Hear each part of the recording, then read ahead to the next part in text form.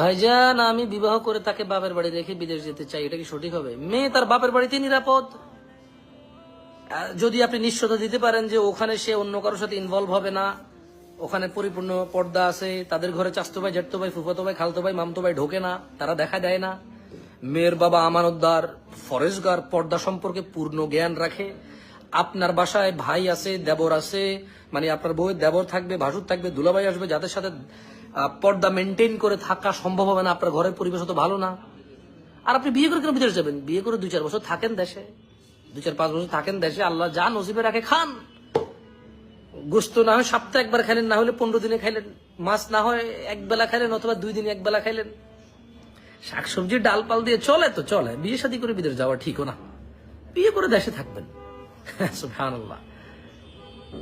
আপনি আপনার এই সুন্দর জীবন তো পরে ফিরে পাবেন না বৈবাহিক